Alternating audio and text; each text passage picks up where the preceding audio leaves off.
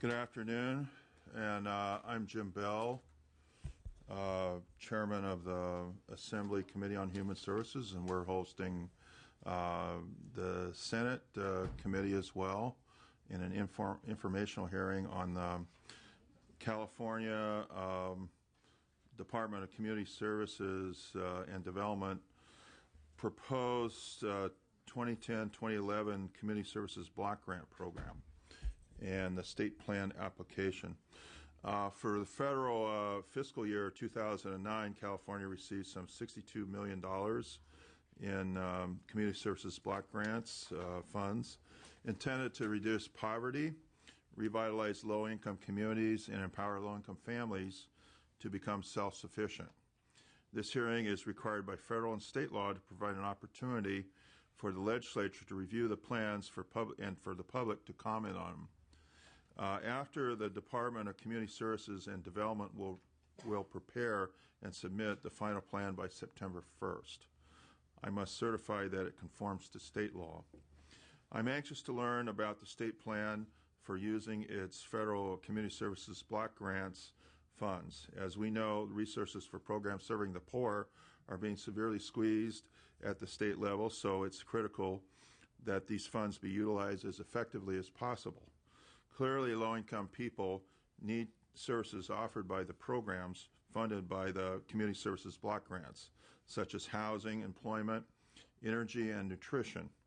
I have experience as a former county supervisor with these programs in my district, and I will look forward to hearing more about them today.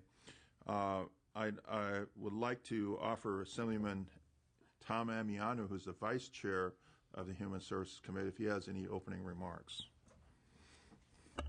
No, just thank you. I'm happy to be here, and this is definitely a worthwhile program. And there is a program in my district, the Community Design Center, that I'm interested in. That's part of the application. So I look forward to the testimony. Thank you, Senator Ammiano. First witnesses, we're going to first hear from the department, the Director of the State Department of Community Services and Development, Lloyd Throne. And Lloyd, I'll turn it over to you. Lloyd, welcome. Good afternoon.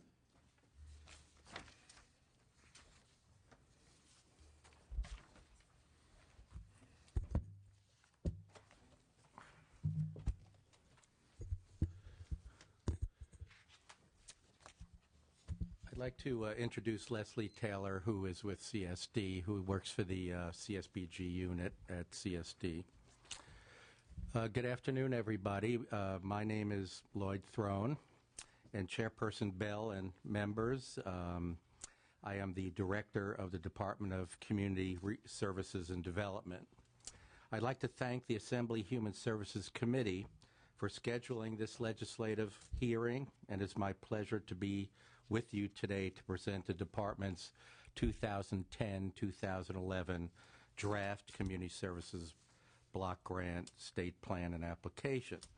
Please note that this plan refers to our regular funding, our regular annual CSBG funding allocation, and not our CSBG ARA funding, although it would be my pleasure to take questions on our ARA allocation at the end.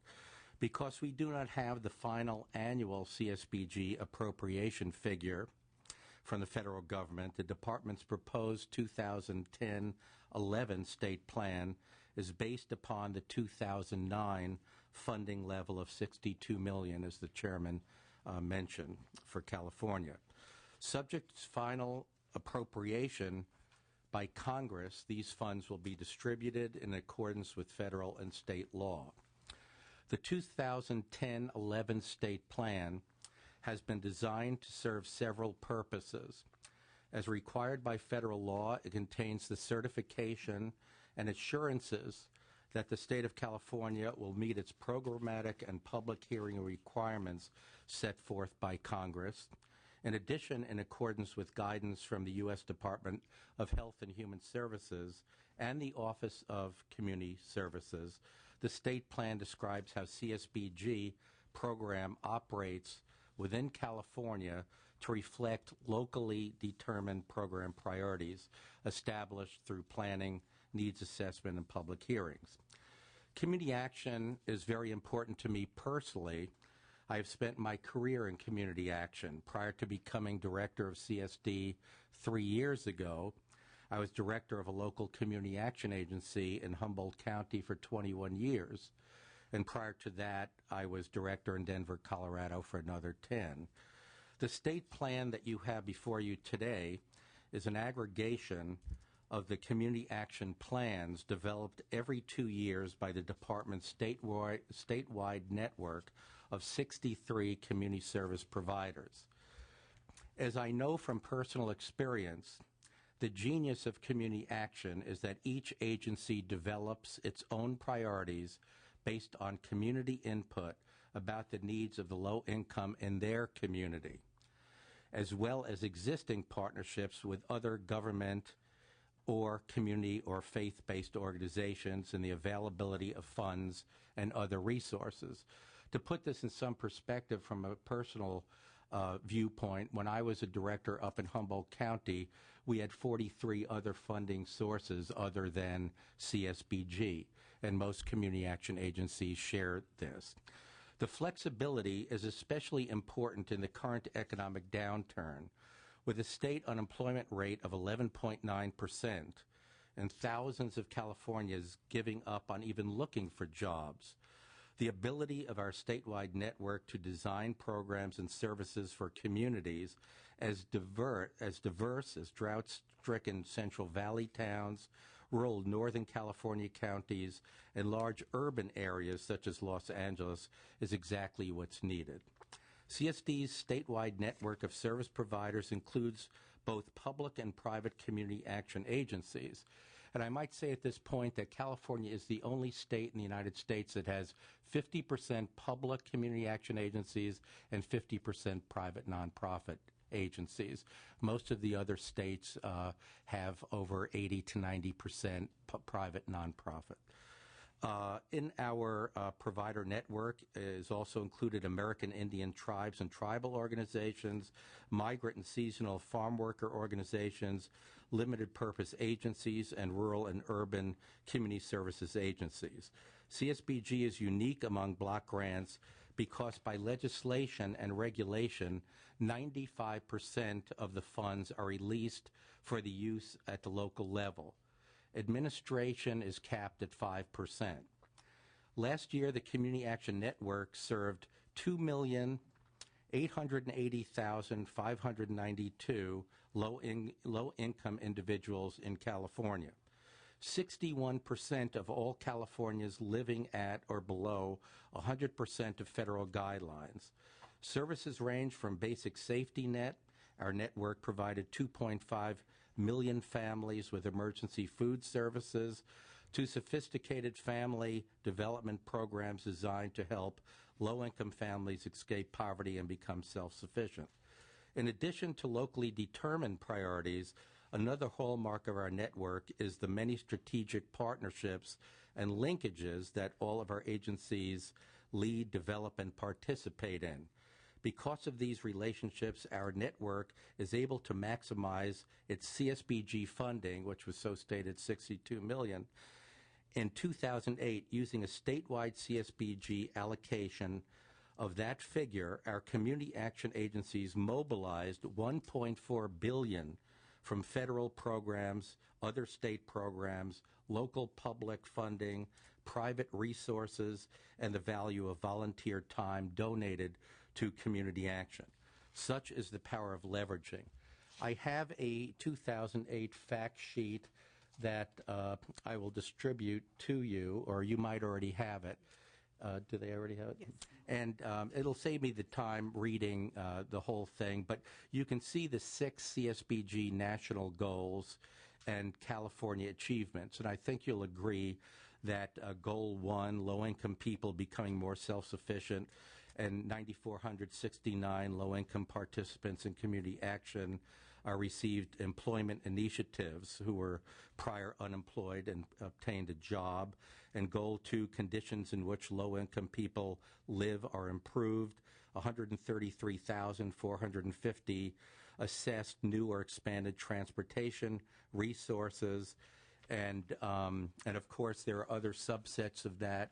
Goal 3, low-income people own a stake in their community, and you could see the incredible amount, over 2 million volunteer hours. Goal 4, partnerships among supporters and providers of services to low-income people are achieved, and in that respect, over 10,000 organizational partnerships worked with community action agencies. Goal 5, agencies increase their capacity to achieve results, and that's the figure I mentioned as far as the leverage. And Goal 6, and these are goals of the federal CSBG. Goal 6, low-income people, especially vulnerable populations, achieve their potential by strengthening family and other supportive systems. And you can see 2.5 million low-income families received emergency food and the other services listed below.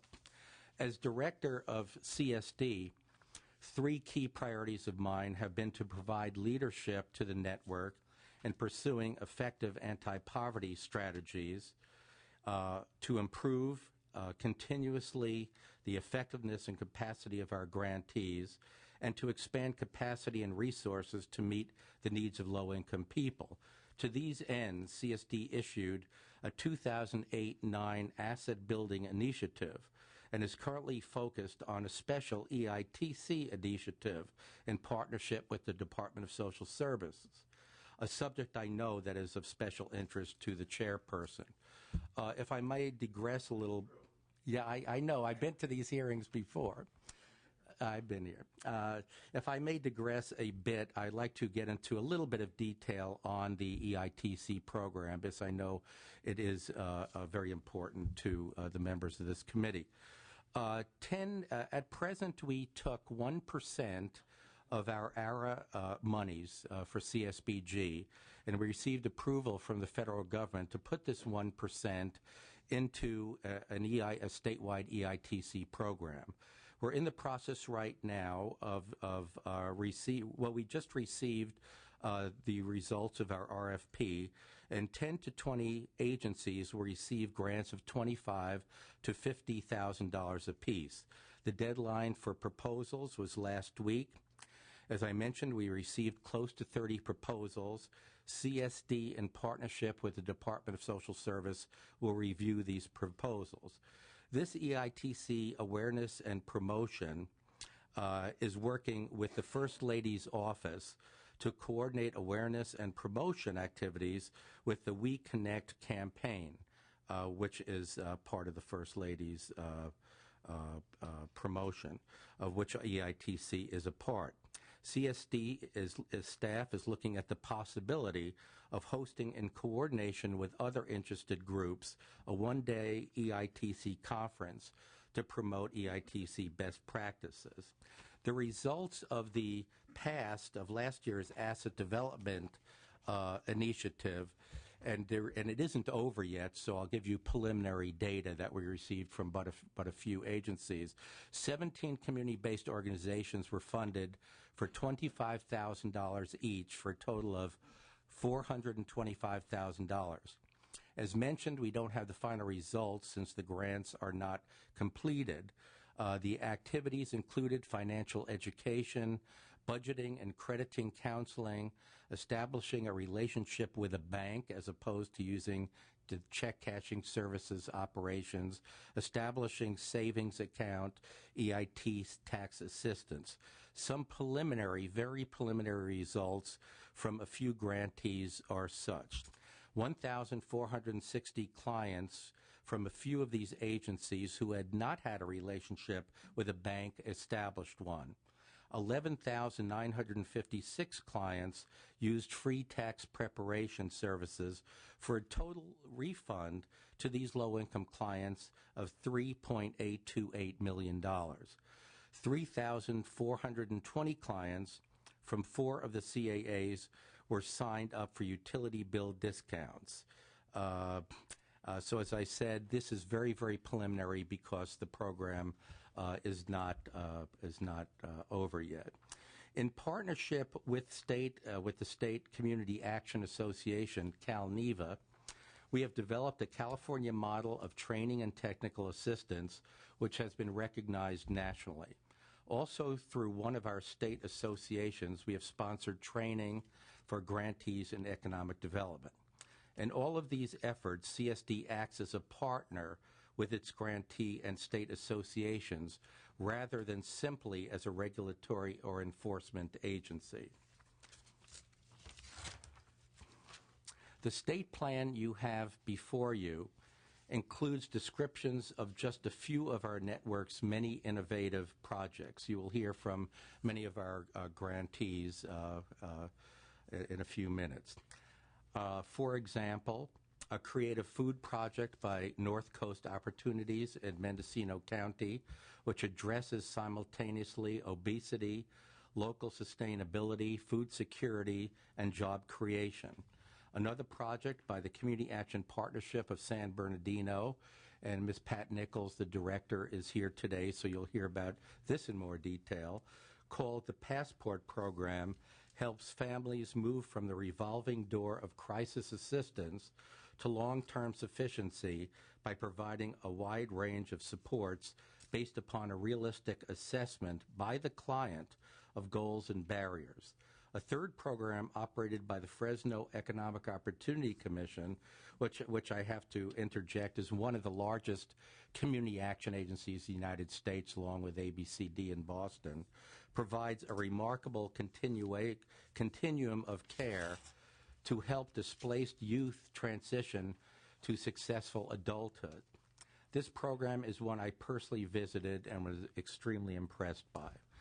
Previous special projects funded by our department include an independent living program for foster youth, education for homeless children, a unified client database, and most recently, a green jobs center in Sonoma County and a $400,000 emergency food assistance grant that we just sent to Fresno County. Although, as I noted earlier, the state plan focuses on our regular CSBG allocation and not our ARA funding, I do want to say that this is an extraordinary time for our agencies. The demand for basic services is greater than it has ever been in the history of the movement, and that began, as you know, in 1964 with the signing of the Economic Opportunity Act. Some of our counties have unemployment rates of 15 to 25%. Food banks are struggling to respond. Our agencies are challenged with new ARA funding, with its quick startup, intensified reporting, and data collection requirements. Yet they are rising to the occasion by both increasing the safety net as well as focusing on job creation and development. Our department is committed to assisting them through additional training and technical assistance while insisting on programmatic and fiscal accountability and transparency. I have tried in my comments to give you a feeling for CSD and the remarkable achievements of our network. You will hear more specifics from members of our network who are testifying today. The department will review all written and oral comments to determine whether any adjustments need to be made to the final state plan. For all those testifying today, including myself, with over 40 years of experience, community action is not just a job, but a life choice. Thank you for this opportunity to present the 2010-11 state plan and application. I sincerely appreciate your ongoing support of CSBG, and I would be happy at this time or later to respond to any questions you may have. Thank you, Mr. Chair. Thank you. Through the chair. Mr. Amiano. Yes, thank you for your report. And just curious about the ARA funding, and is there a ballpark on that? And yes, it was determined some time ago. It's $89 million, in addition to the $62 million that we stated in my report. We're doing okay. And this, for some people, ARA funding is actually the stimulus money, the recovery money. Or as Representative Barney Frank said, they want us to call it recovery money, but most people would rather be stimulated than recovered. So,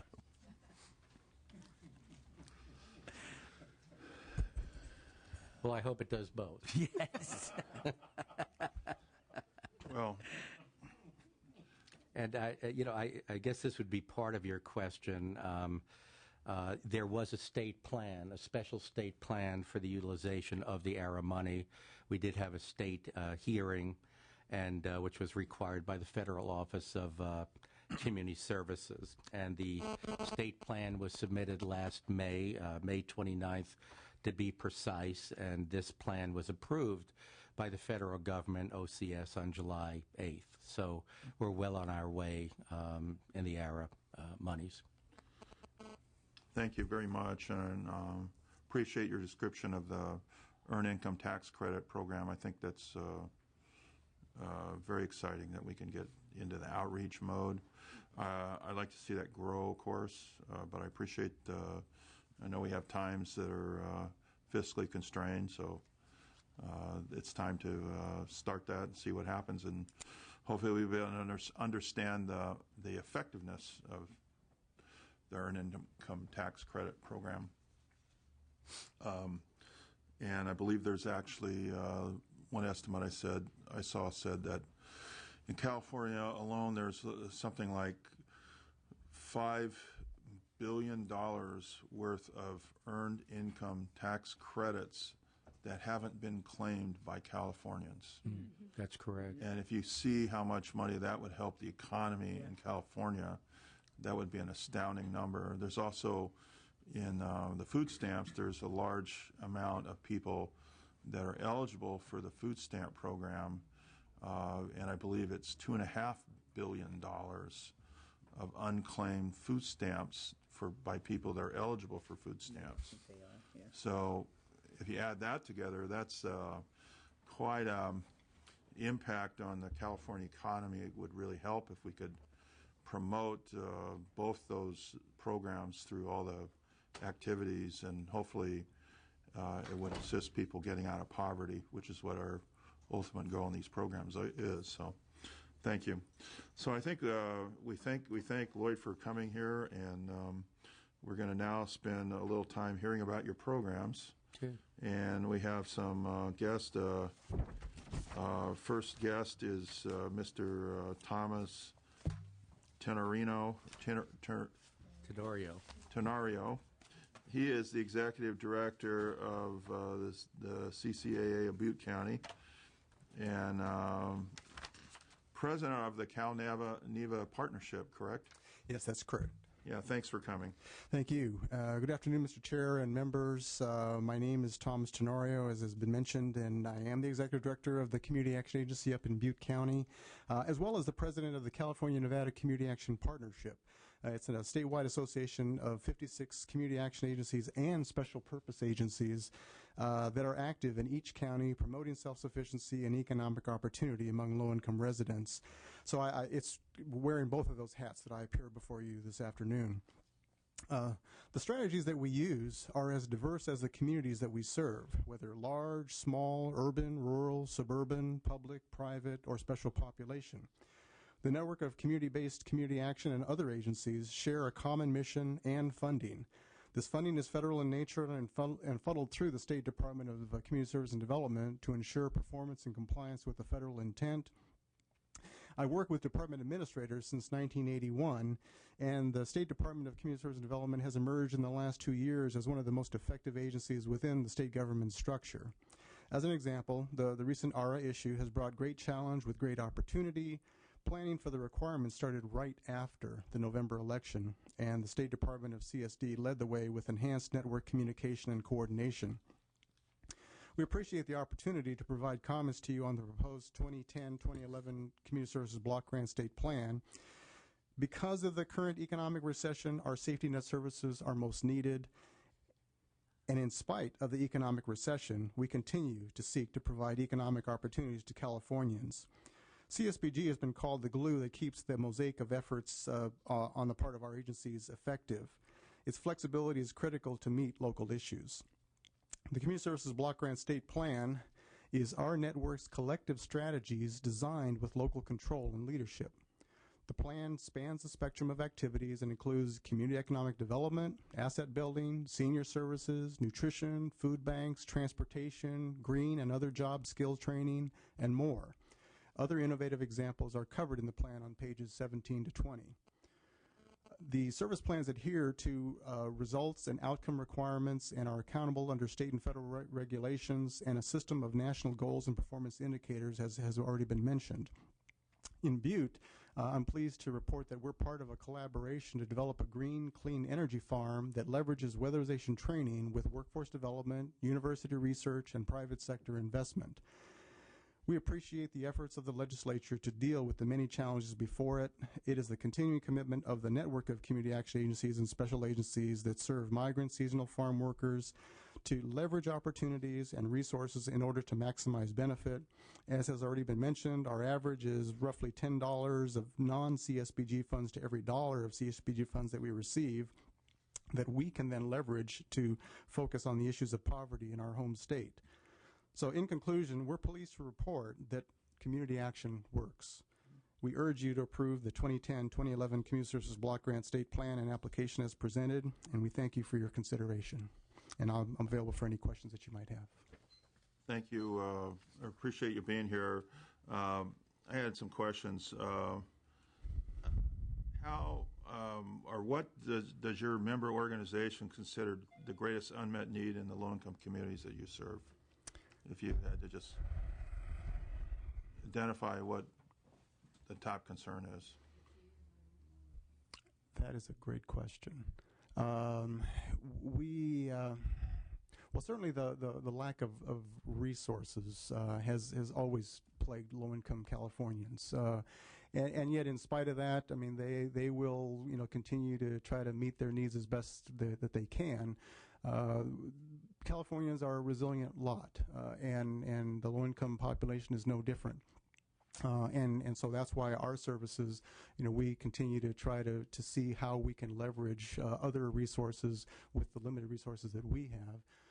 And so, you could go down the list of whether it's affordable housing or food and of course, just plain old funding, which is why the focus on the EITC, because we know that that's going to have long-term impacts as well too. So I mean it's a real broad area, but I guess if I had to narrow it down, then I would express it that way. Okay. Okay. Other questions, Mr. Amiano? Just a couple. Could you just fill me in on what weatherization is, and then speak to the health issues in your area, and if there are any substance abuse issues as well? Thank you for the question. Weatherization is an energy conservation strategy that's approximately 30 years old and was actually born out of the last energy crisis, where the collective thinking of state and federal and local folks got together to put together job training along with energy conservation, and came up with this hybrid of a home improvement activity that then goes into the homes of low-income families, which typically it's an older housing stock, less energy efficient, tightens the building envelope up so that as the saying goes, then less money will be spent on utilities and energy, more resources are available for food and other basic needs. And that's something that we engage in across the entire network, so I appreciate the question. In Butte, yes, we do have definite levels of substance abuse issues that we're dealing with, with public agencies. But then I realize that all counties have needs that far outstrip their resources, and it's no different in Butte. We've been able to work with public health and other programs to try to expand their services, and especially into some of the special populations that exist in our community, and yet it continues to be an issue. So we're going to keep at it as best we can, because that's what we're committed to. And then jobs, that's an issue too. Yes, our unemployment rate is definitely higher than the states. It always is, by approximately 1 to 2 percentage points. To keep young people in the area, is that what happens? It is. Our economy is not creating the kind of jobs that, and I know that maybe to other communities that may sound like an old song, but in rural areas especially, it is a problem trying to create and keep jobs there. That's why this whole issue of the energy farm is one of the shining spots that we're pleased to be a part of, because we'll be creating a North State Weatherization Training Center as a continuum and a gateway to other occupations and careers, but that it does bring in a whole spectrum of interest from university to private consumer levels on how you can turn the tide of building using green materials, educating yourself on how that improves the entire community and lowers greenhouse gas reduction, that type of thing. Okay, thank you. You're welcome. Thank you very much for testifying. We appreciate you being here. Thank you very much. Okay, next we're going to have Hermelinda Sepien. Hermelinda is somebody I've known for a long time, of course. Let's see, I don't know. Since we were kids, I would say about 35 years, actually, long time. And the Center for Employment Training is an organization that was founded in San Jose and has grown to cover, I think, the western United States and beyond. And it was founded with the purpose of providing employment training for people leaving the farm worker fields of California and the transitions to finding employment and training people to find new ways of life and getting out of poverty. So I'll let Hermelinda make her presentation. So welcome, Hermelinda. Good to see you again. Thank you. Thank you, Mr. Chair and members of the committee. Again, for the record, my name is Hermelinda Sepien, and I am the President and Chief Executive Officer of the Center for Employment Training. And Mr. Chair, you have described our program so well. I'll try to move on to other information. You can tell us about what it does. I mean, all right. Well, we have been in operation for over 41 years, and in that period, over 130,000 people have been trained and placed. We work very closely with employers, and I've been there from the beginning of the program, and in my experience as one of the administrators of the program, I have never seen the need as great as it is now. For the first time in 25 years, we are experiencing waiting lists for all of our skills. The Center for Employment Training works with employers to make sure that we are training for jobs and not for dead-end occupations that are obsolete or offer no future. The new training that we're going into now and developing curriculum as well as employer relationships are in the green technology. All of our instructors have gone through 2 weeks of solar training with the Solar Institute of Northern California. That is going on right now. So we are preparing for the new jobs so that our migrant and seasonal farm workers and other low-income people are able to compete for jobs. We're heavily training in health occupations as well as construction jobs. The Community Services and Development Plan comes all together with input from the community. As one of the agencies funded by CSD, we hold various public hearings where we receive input from recipients of services as well as partner agencies.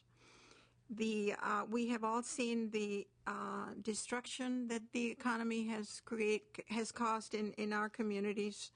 The safety net at all levels needs major stitching. CSD provides a mending for some of the big issues that our communities face in housing, in jobs, in hunger, energy, family and individual stress levels have really rocketed in the last few years because of the economy. I think that without CSD, the situation would be even more serious. I think that it could potentially create situations of out of control in some of our communities. So CSD plays a very, very big role in keeping the lid on some of these crises. I respectfully ask that the committee and you, Mr. Chair, support and approve the plan. It has been carefully written and prepared with input from a very substantial representation of our community, as submitted by Mr. Lloyd and his administrative staff. I had a couple questions because I know your organization is very involved in. I know your organization is very involved in working in some really high unemployment areas, and can you describe those areas that your organization works in California? I believe in different areas, and I also look at we hear the statistics of the rising unemployment, and I wanted to ask you, given the fact that there seems to be more and more unemployed people, more and more poor people, how do you view the service delivery system? What's going on out there in those areas? Two areas where we have very high unemployment are San Bernardino and Imperial County. Even in a tight market, as we have seen, if people are trained, there are hidden jobs, and we just have to work harder and reinforce our job development workforce to make sure that we are not leaving any stone unturned for jobs that may occur. And in Imperial County, we in the CT network, we seem to be doing better than in other areas because of the jobs that we are training in. We're training in welding. We're still placing welders, although they commute to San Diego County. We're placing in transportation of goods, truck drivers, and all these are very, very good skills for farm workers. And it is a challenge. We have seen the slow progress in placing people.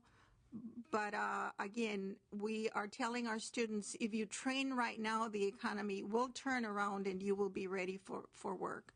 So, Mr. Chair, the challenges are certainly greater, but we continue to place people, and people get laid off, people get fired, they retire, and so we just have to find that hidden market. We're hearing a lot about the drought, the lack of water and so forth, and it's definitely affecting the farming in California, and therefore the farm workers. And I know that your mantra has always been, you don't graduate from our training program, you get a job. That's always been is that still possible given the situation that we're in with the sort of the bad economy, the water issues, it seems like it's adding up. It is, and we're placing. How can we help you? We are placing people in jobs that are not related to the skill, but we are telling graduates, stay there, get any job that you can get right now, and we will continue to work with you as job-related, as skill-related jobs open. We will call you to place you in the job that you trained for. Okay. I'm not trying to paint a rosy picture here because it is a challenge, but we stay with them for a lifetime. Yes. Okay. Mr. Amiani, do you have questions? We have a very, she's 41 years. And how big, can you give me an idea how big the organization is now? We train about 5,000 people a year, and about 1,500 migrant and seasonal farm workers. And they were started in San Jose again. And tell us where you're founded. What? In behind Our Lady of Guadalupe in the Sal Si Puedes, get out if you can area. Yes. Okay. Sal Se Puedes. Now that's where they changed the motto to Si Se Puede. Right. I just wanted to commend you for your foresight, particularly on the job market, and I think that really comes from your years of service. I'm not trying to date any of us, but when someone sticks to a vocation such as you have, you learn a lot. It's invaluable. I wish we could clone you and adapt it to other areas. So congratulations too on your award, for economic development from the Secretary of Commerce. I'm glad that you got noticed. One thing struck me, and I was thinking of it with the other discussion too, is when you talked about the stresses on the family when there's economic hardship. So I imagine that brings on mental health issues. And are there services, to help you, help them, that kind of thing for mental health and keeping families together? And I know how important the family unit is, but I'm sure there's fractures sometimes because of the economics. Right. We deal with all that. Okay.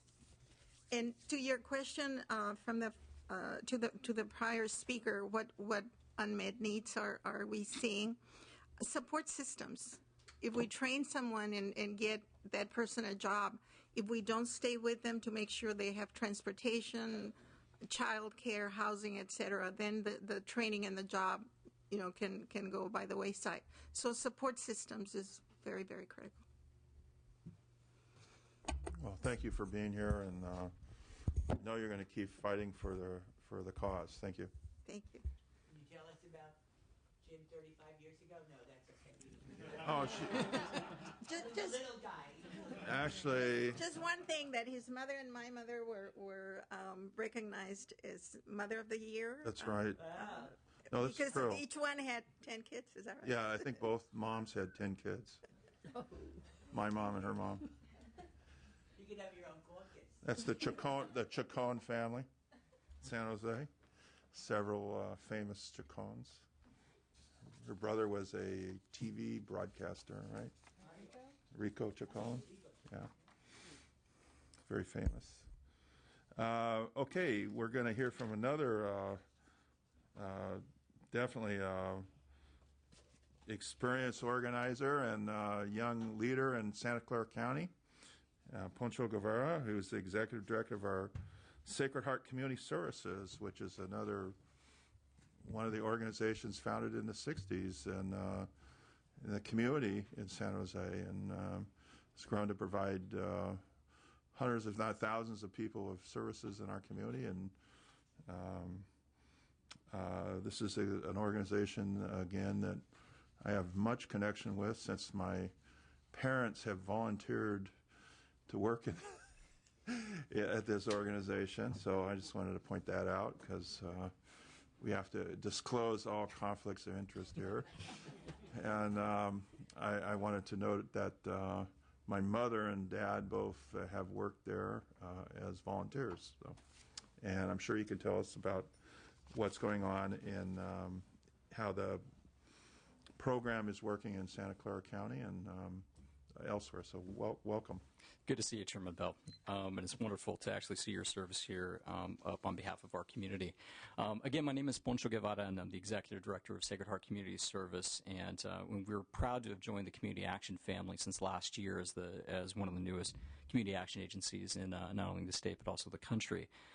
I just want to start off with a little story. I just got back from meeting with a colleague of yours and mine, Will Lightborn of the Social Services Agency, and I was coming back in. San Francisco. Yeah, and a We tremendous. stole them away from Yeah. Kind of glad, but that's another story. Well, he's rabble rousing in our neck of the woods, and we got back. I got back from this meeting, and I arrived in our parking lot. And I saw this woman struggling with carrying a box of food, and I offered her some help. And after initially looking down and kind of shaking her head, no, she turned her head towards me and looked up and smiled. And she said, "Yeah, that would be great." We didn't say much as we were carrying the box, over around the corner of the building, out of the parking lot. But then, I asked her, it's like, how things were, going, and she related to me that, she'd been that It's been a really tough week, and it's been a tough time for her. But after that day, after receiving some services there, she started to feel a little bit better. See, Carol has been homeless for several months, and she'd been couch surfing with friends and sleeping on the notorious Hotel 22 bus, as it's called, all night. And she related the irony of her circumstance because just a couple years ago, she was actually running a homeless shelter in Contra Costa County, and had left there to go work for Nordstrom and had worked for a string of other retailers. But the economy is such that her prospects were just free falling. And we talked for a few minutes about our families and waited for the bus to come, and I helped bring the box up to her seat. And as I was walking out, we exchanged blessings, and she whispered to me, "Please, please keep this up. I know how hard it must be, but please keep doing what you're doing because folks are really hurting." And that's really the mantra that you're hearing now, time and again, is people are hurting. But things like the Community Services Block Grant gives local communities the flexibility to be able to do some of the things and make the interventions happen and really respond to the needs of our community in different ways. I mean, you know the reality of poverty in Silicon Valley here, and while it's known as a great generator of wealth for our state and for our nation, there are also many thousands of people that are really suffering. Last year alone, Sacred Heart served over 43,000 unduplicated individuals coming to our programs. Between 18 and 29,000 people a month come to us for our 11 programs, everything from basic needs such as food and clothing and housing and utility assistance, to a wide variety of self-sufficiency programs that we're also offering. I mean, but what's happening now is really disturbing. I mean, each month we're seeing double-digit increases. We saw a 37% increase in the number of people coming to us this last year alone. And the lines are growing, and the kind of deprivation that you're saying is really, it's unprecedented in many ways. I mean, we've been around for 45 years, but never have we seen over 400 families, households coming to us each day to receive an emergency allotment of food. And that's not only disturbing on a number of different levels, but just in terms of what people are experiencing from that. I'll skip over. We did some focus groups and some things that we're having about people were like really stretching over the allotment. It's really their core source of nutrition. It's only meant to supplement a little bit of that. But one of the stories that came out of some focus groups and other discussions that we had included a response from a young woman who related that until recently she and her husband were really looking forward to welcoming their first child into this world. But now, I mean, and she's expecting in just a couple of weeks, and she said something to the effect that, she really wishes she weren't bringing a child into this time of hardship where she can't even make enough and survive enough to actually provide the basic nutritional needs for her and her husband, much less a newborn. So the Community Services Block Grant has become an important asset to us because as we're not only responding to these needs and buying additional commodities to be able to meet the additional requirements of our community, but also we've been able to build upon the work that we're doing in terms of housing and shelter assistance, utility assistance, adult literacy, ESL, and computer literacy training that we're doing, job search assistance, expanding the kinds of things that we're able to do to help people find employment, from counseling and case management, resume help, but to everything, things such as transportation costs, identification cards, and clothing for folks to trying to get back and trying to get into the job market right now. But we've also been able to expand our capacity to actually develop a deeper collaboration. That's what I want to talk to you a little bit about what's happening in the Community Services Block Grant, at least in our community, is that in addition to providing all these services, we're actually involving more of the community. We've always been known, as you mentioned, your parents been volunteers, and we have last year alone we had over 6,000 individual volunteers, contributing over $1.5 million in volunteer hours, taking a kind of a gross estimate from our auditors around about $18 an hour of what the worth of that investment is. But it helps us do all of our programs. We've actually invested a lot more resource into that. We've also been investing in partnerships around employment and their earned income tax credit in terms of being able to help get people enrolled in that, and working with different partners and investing in other partner organizations with the CSBG resources that we're doing, but also things around homeless outreach and job training with vulnerable youth and employment development efforts that are happening around our community, and trying to create these linkages between organizations. The last thing I'll try to mention, too, is that in addition to providing some of that leadership and kind of filling in those gaps, we're actually providing a little bit of a framework now for bringing people together around a number of these issues. Most recently, your office has been involved in some of the work, and your successor's office has been involved in some of the work around something called Step Up Silicon Valley, which is a collaboration of different organizations, over 90, that released a report talking about how we can cut poverty in half in Silicon Valley by the year 2020. And we've been the sole investors of that with Community Services Block Grant Resources and creating these new networks of institutions that are doing lots of exciting things, like the meeting that I had with around the TANF resources and creating a whole safety net for working with the ECF dollars and making sure those can go out to lots of folks that are out in the community and helping to stabilize families during this period of economic downturn. So there's lots of exciting work that's happening, and we're working hard to do it. The last thing I'll just note, though, is it was funny because one of the things, being a community action agency, we've been able to adopt a tripartite board structure. And one of my new board members, who is an elected official, his name is Ash Kalra. He represents the city of San Jose on the council there. And we came to meet and kind of talk and learn a little bit more about the organization and our structure, and some other things in terms of the financials. And as he was waiting in a lobby, he ran into a gentleman who came up to him and said, "Yeah, I volunteered for your campaign. I'm a union iron worker, and I have been out of work for months. What can I do? I mean, how can we do something?" That kind of thing. He said, and this is a former client of his in the public defender's office where Mr. Kalra actually served, for several years. And they were talking about, is he staying clean? Are things going okay? That kind of thing. Yeah, but it's really hard to be able to make things work.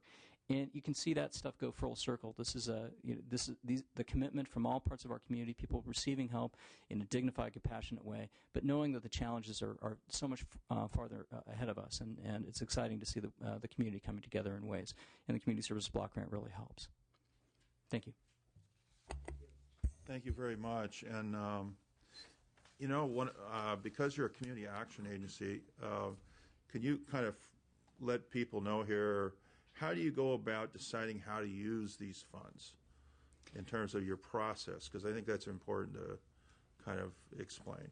Well, what's been really exciting is that Sacred Heart has had a long experience of actually creating and developing services and programs that are responsive to the needs of our community. We do a lot of focus group work. We are a general clearinghouse. When you have over 43,000 people coming through all the time, we spend a lot of time actually listening to what people are talking about. But there's been a new set of processes that we've really implemented, including a community needs assessment that we went through for the first time, that included data sets and doing survey research and other things throughout the community. We've done different hearings and other things, and been part of it. Not only been part of a number of different institutional collaborations and task forces, but actually brought some of that information together and actually had our new community action board actually serve as a sounding board for many of these ideas and concepts, and really vet what are some of those critical needs and what's actually happening with that. So through these things like Step Up Silicon Valley, through these efforts around needs assessments,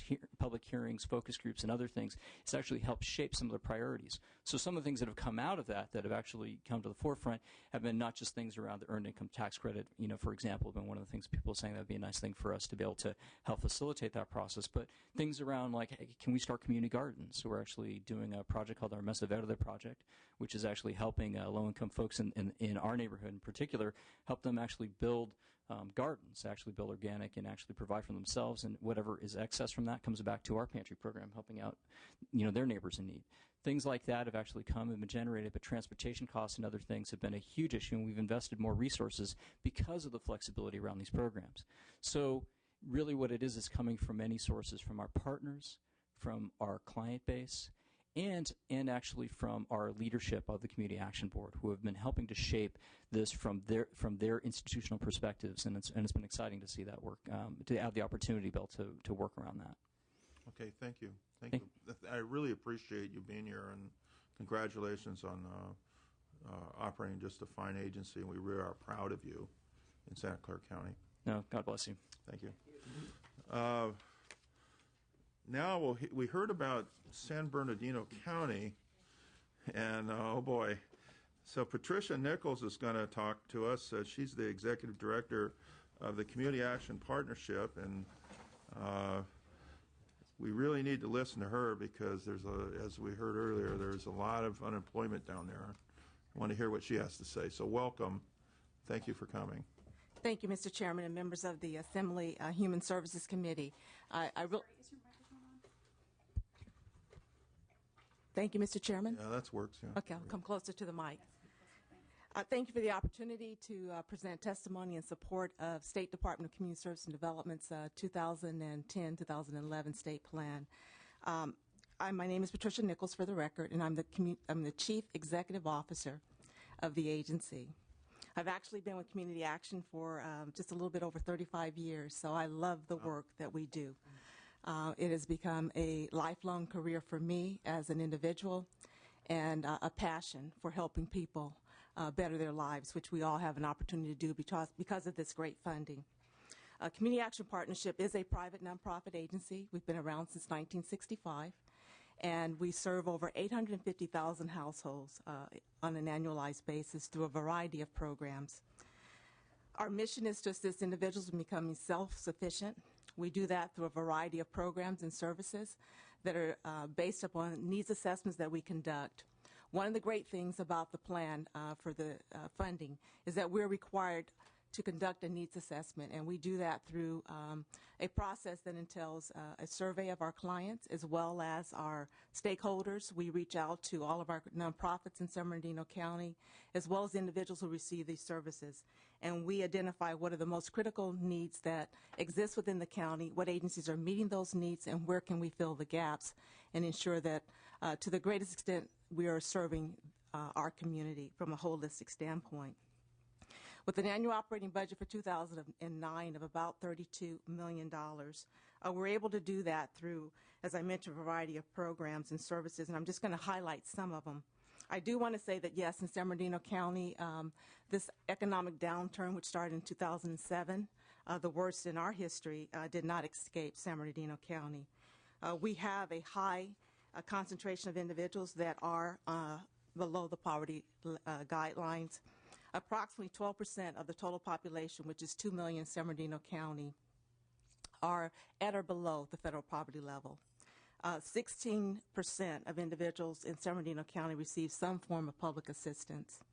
Our unemployment rate in March was around 11.5%, meaning that over 700 people were without work. We conducted a homeless survey, and it showed that on any given night, over 7,000 individuals were homeless and in the streets of San Bernardino County. So the needs are great in San Bernardino County, and they vary in scope. We operate programs that have enabled us to reach out to one of the most critical needs that we identified as a part of this process for the state plan, and that was emergency food assistance. And I want to speak a little bit about the ability that this funding provides from the standpoint of leveraging. We operate the San Bernardino Food Bank, and this is a program where we receive state funding in the amount of $132,000 from the Department of Social Services. But through the funding from the State Department of Community Services and Development, we're able to augment that funding and serve over 5 million pounds of food through a network of over 190 agencies. This network consists of about 25 soup kitchens. And when we surveyed the population, emergency food was one of the most critical needs identified in our county. Through the support of CSBG, we have been able to expand and quadruple the size of our food bank operation. We've been able to bring in additional food to supplement what we receive through the United States Department of Agriculture and serve many, many more households, but yet we still have a waiting list in terms of the need for these programs and services. When you speak about leveraging and the ability of CSBG funding, I just want to share with you, we operate this program with 6 paid staff, but we receive thousands of volunteers on an annualized basis. In 2008, we had 1,451 volunteers that donated over 7,159 hours of volunteer time that's valued at 1.7 million hours. That's the ability of CSBG to leverage resources and bring in individuals who support our food bank operation.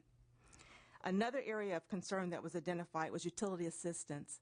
We are the only provider in our county of emergency heating assistance through the HEAT program, also a program that is operated through our State Department of Community Services Development. We receive the funding to be able to serve a multitude of individuals. This year, we will probably serve somewhere around 24,000 households with utility assistance because of the funding that's provided through the support of our State Department of Community Services agency. Last year, we saw over 24,000 individuals in that program, ranging from the need of just providing them with education, and all of our programs include an educational component, which is critical in terms of serving the population. In addition to that, we were also able to weatherize just over 7,000 homes, and you've heard about weatherization and the ability of that program and what it can do for low-income households. I had my BlackBerry because I wanted to read to you as I was coming up on the plane this morning from San Bernardino, just email messages from clients, and I do get those directly. And one client indicated they wanted just to thank our agency for the ability to receive services. They said last year they were unable to get through the summer because they could not turn on their air conditioning unit. Our agency went in and serviced that family, and she indicated that they were provided with a cooler, and they were able to have a much more enjoyable summer, but that their utility bills have been substantially reduced. I also had another email from a client who reached out through our website saying that her husband had been shot 10 years ago. He's a quadriplegic, and she is also unemployed because of the loss of her job, and they were in desperate need of services to pay for their utility bills. So we receive all sorts of requests for services, and in this time, it is so critical that we have the ability to ensure that this funding comes into not only the state of California, but every community action agency that is represented by the network that this agency serves. I also want to share with you an innovative program that we're operating in San Bernardino County, which is a weatherization training center. Our state agency had the vision to know that we were going to be poised to receive an incredible amount of funding through the federal stimulus dollars, and they supported a vision that we had to create a second training center in the state of California. Our agency operates one of 2 weatherization training centers in the state, and we are training at least on a weekly basis 32 individuals to be prepared to go in and weatherize homes. This not only allows agencies to meet the requirements of ARA in terms of having a skilled workforce, but it also creates jobs for so many who are now unemployed. So this funding that was provided by our state agency benefited not only our ability to expand and develop this training center, but to give us a curriculum that is recognized. We're now working with our county workforce development board to be able to become an eligible training provider and provide assistance to many, many more individuals outside of just the weatherization network of providers. So I can't speak enough about the ability that this money has in terms of being able to leverage. One other area I want to focus on, because our agency is very committed to the issue of homelessness. In San Bernardino County, we were the only agency that was really taking a leadership role in going after funding through the Department of Housing and Urban Development. And through the ability of funding that we leveraged with state CSBG, we were able to do the first ever study of the homeless population, which was conducted in 2004 and then again in 2007. That study, as I indicated, revealed that there were 7,331 individuals homeless at any given time. But we also were able to become a lead agency in applying for funding. We brought in $46 million to San Bernardino County to provide services over 50 homeless projects. So the funding that was received is actually being leveraged in so many ways beyond just the amount that comes in through one entity of Community Services Block Grant. We are also the provider of the Homeless Management Information Systems for the County of San Bernardino, and we are now data collection agency for the homeless prevention rapid rehousing funding that's being received in this county. So we have a wide variety of programs and services. I also want to just share with you, because Mr. Chairman, I know that you're very, very supportive of the EITC program. We partnered with the ARP to bring in over $9 million in federal returns for individuals. We actually processed 9,631 returns. Of that, $2.2 million was EITC. So it has a far-reaching impact. I just would like to probably summarize by saying that the importance of this program cannot be underscored enough in terms of the far-reaching impact it has on the community. And at a time such as this, it is critical that we have the ability to serve and continue to provide that safety net of services to this population. Thank you very much. I think it's exciting to hear how you're fighting hard, and that's what we got to do now. We all have to fight hard to reduce poverty in California and make redouble our efforts and our own personal courage in fighting poverty. So that's going to be essential in the next few years. So thank you, Patricia. I wanted to ask you a question. Does the community action agencies, can you describe for your agency in terms of how you assure the poor people to get involved in, like, sort of the design and delivery of the services in that community? Yes. Actually, at a decision level, which would be our Community Action Board of Directors, we have what's known as a tripartite board. Right. 5 of those representatives are actually individuals that are low income themselves or represent the low income community. So they have a seat at the table in the running of our organization and on all policy decisions. In addition to that, almost on every advisory committee that we create, we make sure that there's a low income representative.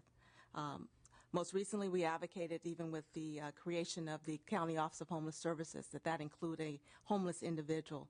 So we attempt at every level to ensure that the low-income population has a voice at the table, because we not only believe that we're advocates for the poor, but sometimes they can tell their story much better than we can. So it's really important to have their ideas and their thoughts and their views on the services that are being provided.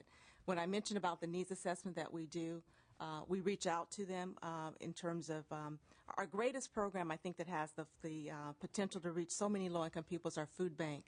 When we serve thousands of households on a monthly basis, we're able to talk with them directly, get their input about what their needs are, what's happening with them.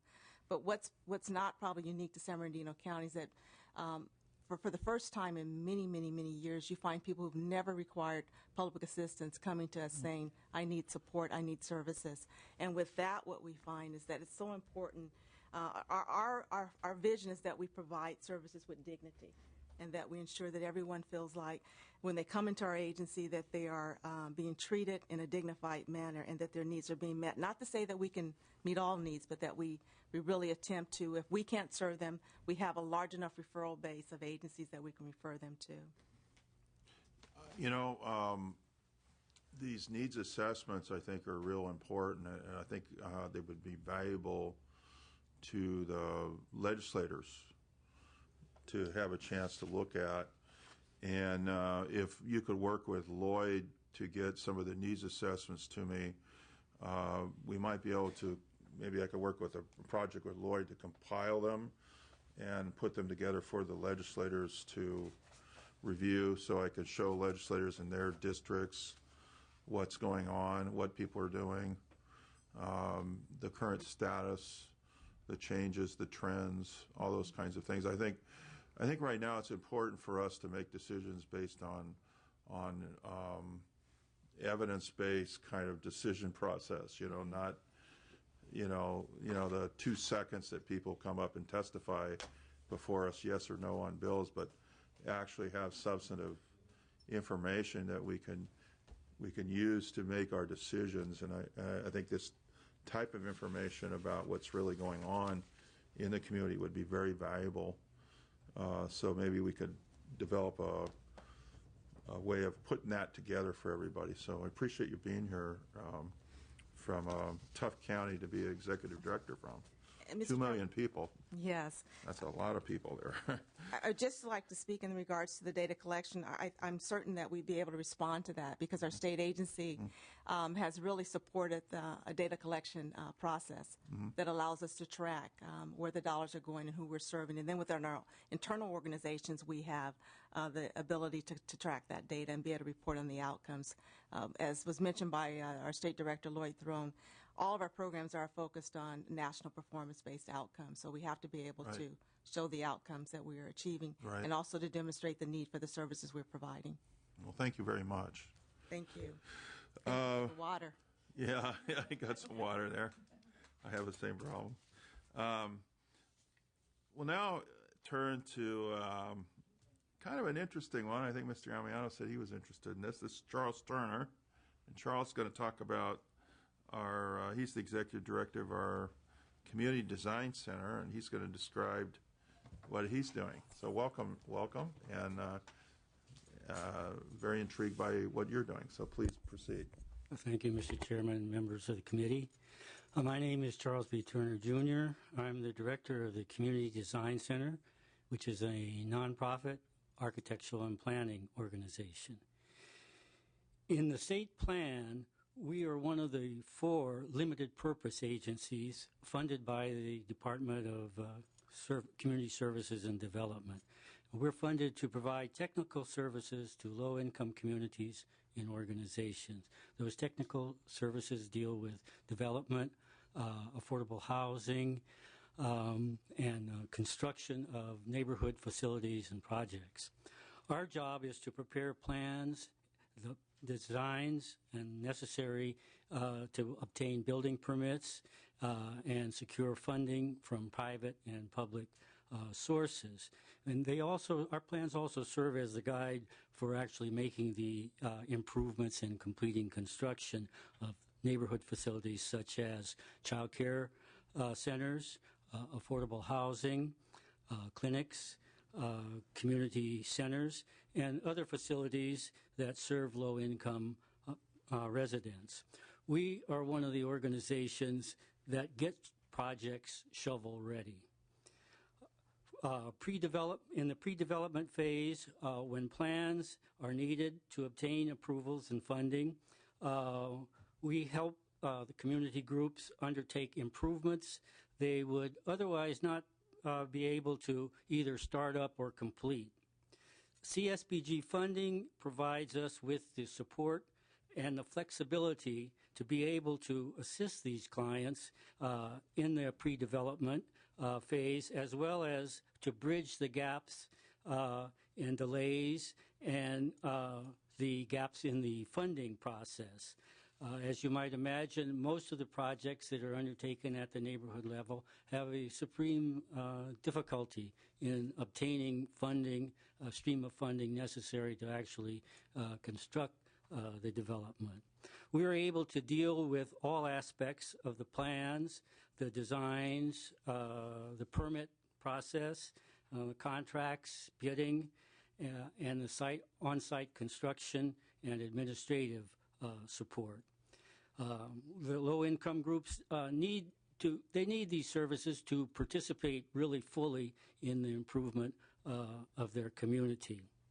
Our recent work includes the design for converting an office building into what is now a child care center, which is now space for, I think, 34 children in the Mission District and Hunters Point area in San Francisco.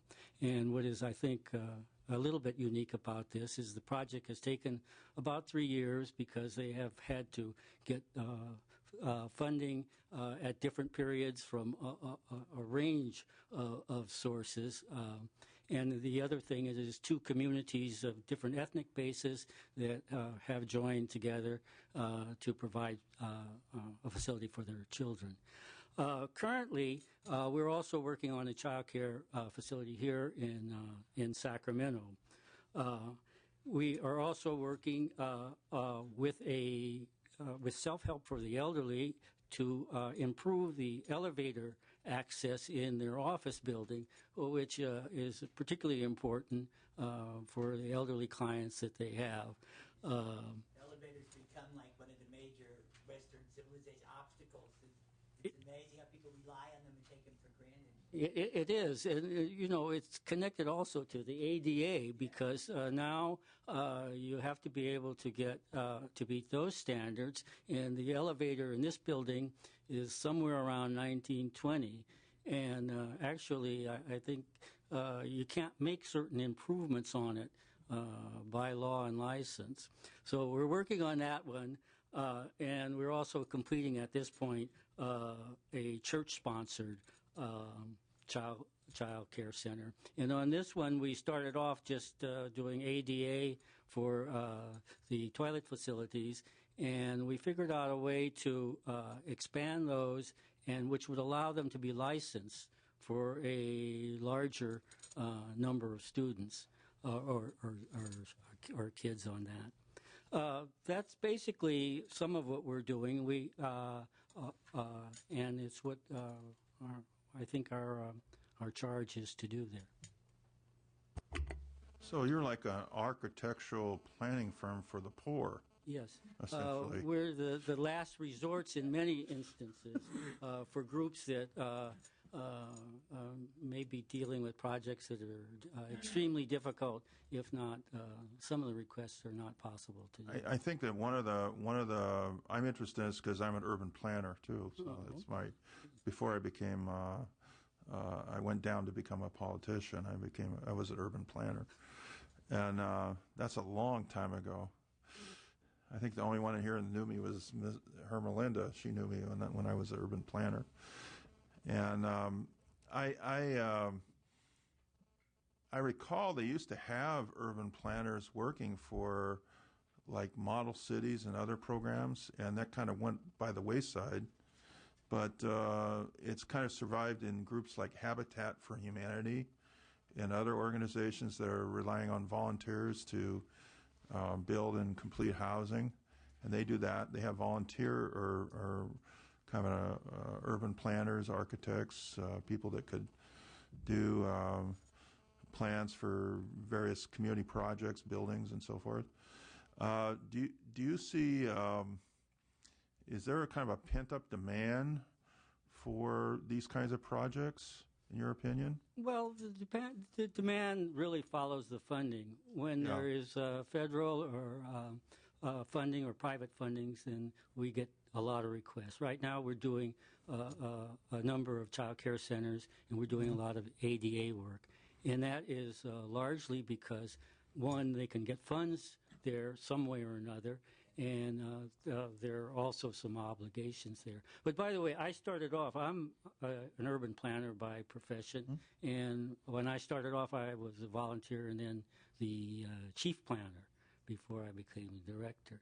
And over the years, it has changed. That much of the advocacy that started in the early days has been adopted. We've been successful in some ways that are interesting and ironic, because many of the things when we started in 1967, it was thought to be unprofessional to work directly with low-income clients and to advocate their interests.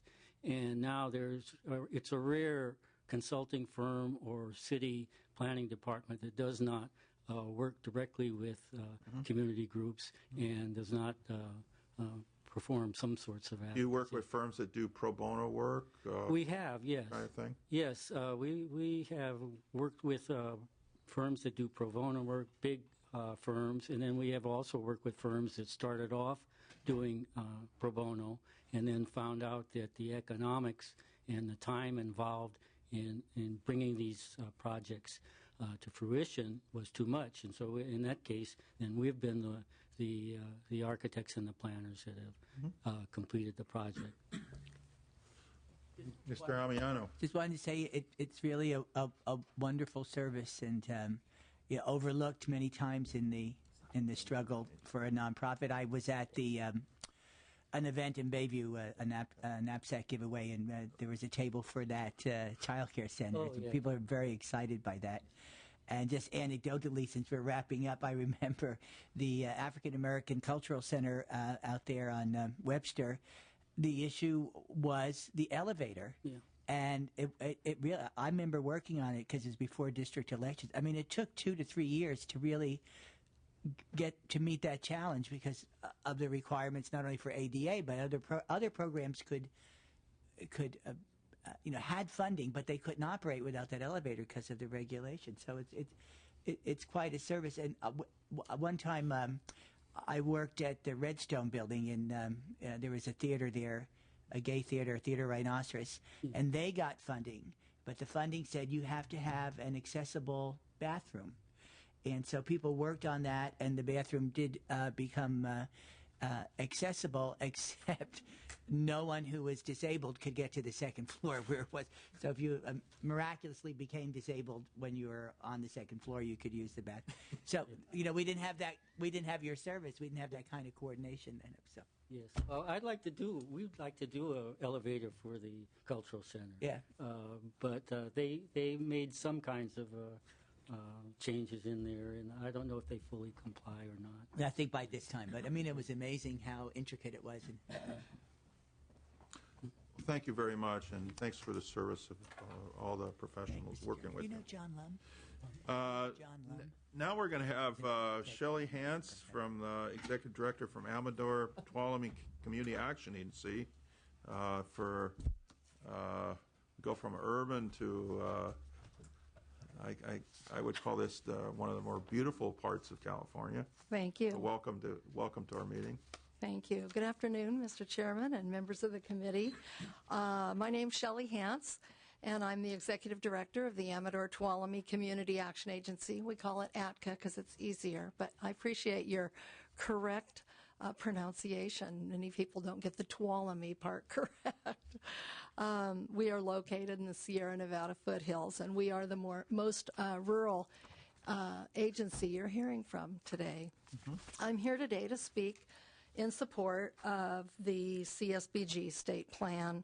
The plan embodies what community action movement is really all about. It embodies the local determination of strategies to assist low-income families out of poverty.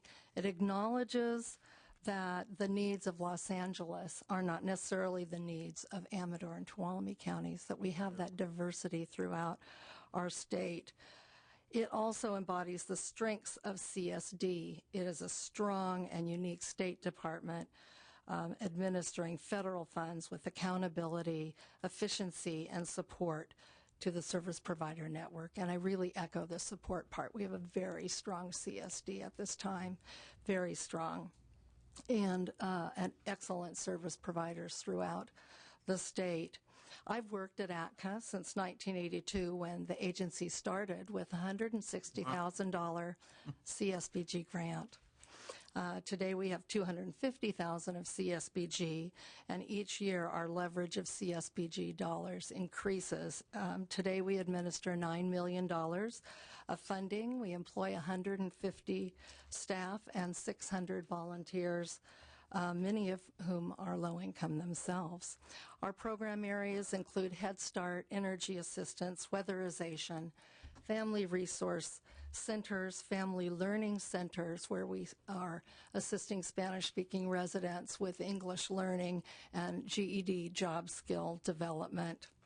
We have the youth mentoring program, a food bank that distributes to 150 food pantries. From January to June, we distributed as much food as we have in any one year in the past due to the increased need in our area. So there's just been such a great need through difficulties with our economy.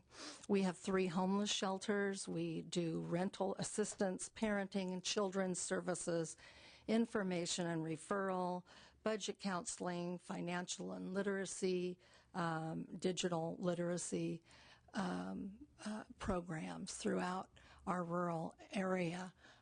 Our difficulties are remoteness, and our transportation is a large need in our area, and our community is out through thousands of acres and miles of, and people live throughout those in very small pockets. So getting to our centers and getting to services is difficult for our residents. Particularly for the seniors, I imagine. Yes, very much so. Today I'd like to talk to you about 2 of our unique recent activities supported through CSBG. through CSBG and a grant from what's called CETF, the California Emerging Technology Foundation, we applied for some funding to do digital divide out in the outlying areas and neighborhood information centers. And CETF came back to us and said, would you instead first look at mapping your area for broadband? And our board looked at this and realized that because of our hills and mountainous area that we do not have great broadband access. And this is really affecting businesses locating in our area, our current business community, businesses leaving the area due to lack of ability with e-commerce. And for job creation, our board said, yes, we'll do this. So we had a very unusual set of new partners, which were our internet service providers. And through working with all of them and mapping our area, our internet service providers have been able to access $3 million in PUC grants to be able to expand broadband coverage. They also have out there at this point $12 million of stimulus funding to really bring what's called ubiquitous broadband, continual broadband. I read about a case, this was in Montana, where they actually sued because the kids couldn't get the access that they needed to school, and then the father couldn't, do his business. So that's good that we didn't have to get into litigation about it. Yes, it really affects so many areas, not only jobs, but there are some ways that we can look at healthcare provision, even dental provision, and disaster preparedness that all works with having a solid broadband program. So we're very excited and very proud of that. We were also chosen as the only rural provider in California, along with many urbans, through CETF for a proposal out of California. The other story I'd like to tell is about a local veteran and his family who called our homeless shelter program anticipating that he would need shelter for his family. And he had never accessed services in his life. He had been paying 6 years on a mortgage, and due to unemployment and a layoff, he was no longer able to continue. And he was really ready to give up his home. It was so sad. But we have been training up HUD certified housing counselors who help families work with their lenders, and we were able to help him repackage his loan and stay in his home rather than having to become homeless. And our phones are ringing off the hook with mortgage foreclosure issues, and we just can hardly keep up with it. But we're happy to have the staff that we have trained, and we are providing that service with great vigor.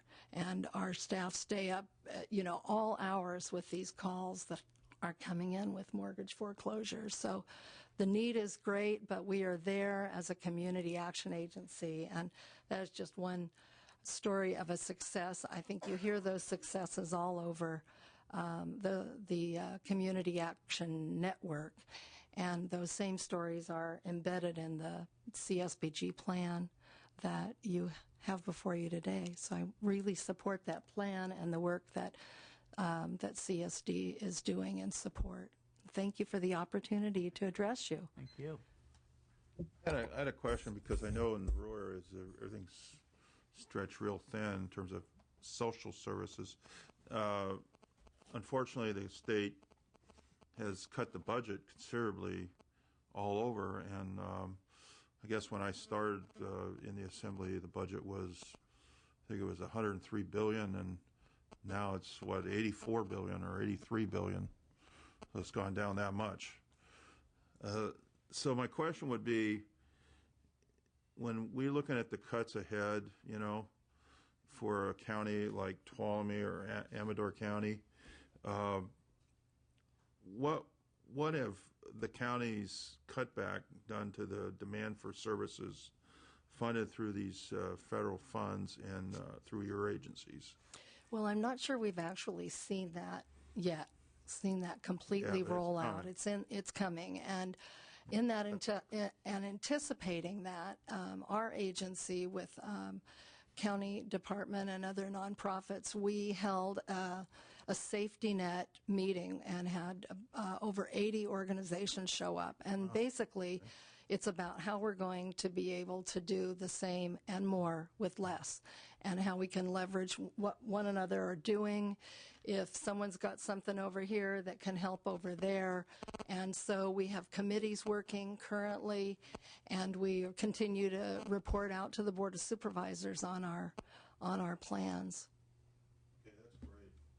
And keep up the good work. And I'd like to keep, communication with the Human Services Committee, because I think that's the kind of thing we want to monitor and see what people are doing and understand what's going on in all parts of California, especially those in sort of the wild, beautiful areas like you represent. So thank you.